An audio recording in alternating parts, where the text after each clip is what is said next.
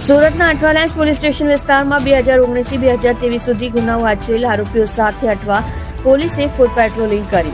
સુરતના Athwa Lines police station વિસ્તારમાં વર્ષ 2019થી લઈ 2023 દરમિયાન શરીર સંબંધી ગુનાના આરોપીઓની સુરત ડીસીપી ઝોન 4 સાહેબ તથા એસીપી સાહેબની સૂચનાથી અઠવાલાઇન્સ પોલીસ દ્વારા હવે પછી કોઈ ગુનાઓમાં સંડોવણી ન આવે તે હેતુથી અઠવાલાઇન્સ પોલીસ સ્ટેશન ખાતે એકઠા કરવામાં આવેલ અને જ્યાં જ્યાં વિસ્તારમાં ગુનાઓ આચરેલ અને કરેલા તે વિસ્તારમાં લઈ જઈ તે ઘટના સ્થળ જગ્યાઓનું નિરીક્ષણ કરવામાં આવ્યું અને અઠવા પોલીસ સ્ટેશનથી